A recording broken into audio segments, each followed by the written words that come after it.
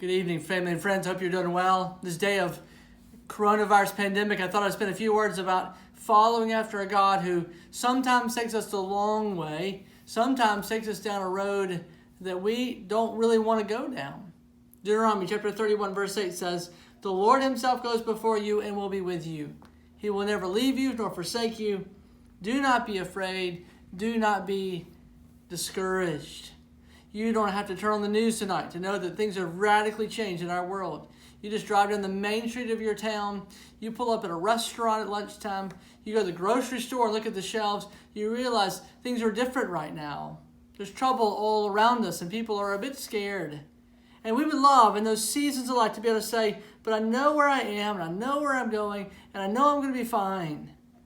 And yet the God that we serve, the God who made us, is a God who sometimes takes us the long road, or sometimes takes us down roads that we didn't really want to go down in the first place. The new normal in my life is now have two college kids back from school, now living at home. Both of them have lost about 25 to 30% of their junior and freshman year respectively. They both lost a summer conference, a chance to go see friends one more time. Leslie is now figuring out how to teach preschool from home, trying to figure all that out, and I'm pastoring a congregation that's not physically present. These are roads we didn't really want to go down. These are paths that we would not choose. They're longer routes that we don't understand. And yet we come to Deuteronomy 31:8 and say, but God has made promises. But so oftentimes, rather than looking at that God, it's easier to look at the path before us. And so these college kids that have come home not only have come to our house, they've brought their opinions with them. You see, Leslie and I usually walk 2 miles about 4, 5, 6 days a week. We have a path on the outer perimeter of our neighborhood. The only debate really is we're going to walk it clockwise or counterclockwise. We're doing the outside loop. But here come these college kids. Here they're at our home saying, no, let's walk to the middle of the neighborhood. Let's walk to the park. Let's go by the pond. And now I realize I'm old enough now to begin to be set in my ways. And yet, a bit soft right now. I'm grateful to God for a couple extra months with girls who I thought had basically moved out and perhaps would never come home again. They're now living at home for several months. And so we can see, let's do what you want to do, not what I want to do. Is they take a soccer ball, we kick the ball in the park for a while, we stop by a pond. It's beautiful that time of day. The sun is setting, the breeze was blowing. It was a lovely night.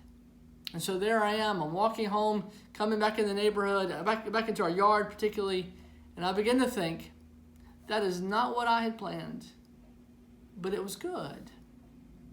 A reminder that just because I think things should go a certain way doesn't mean it's best, doesn't mean it's the most fruitful, not the best for me or for others or even for the work of the gospel in my own heart. Deuteronomy 31 verse 8, "The Lord himself goes before you and will be with you. He will not leave you nor forsake you. Therefore, do not be afraid. Do not be discouraged." I know for most of us, 2020 has not gone the way we had planned.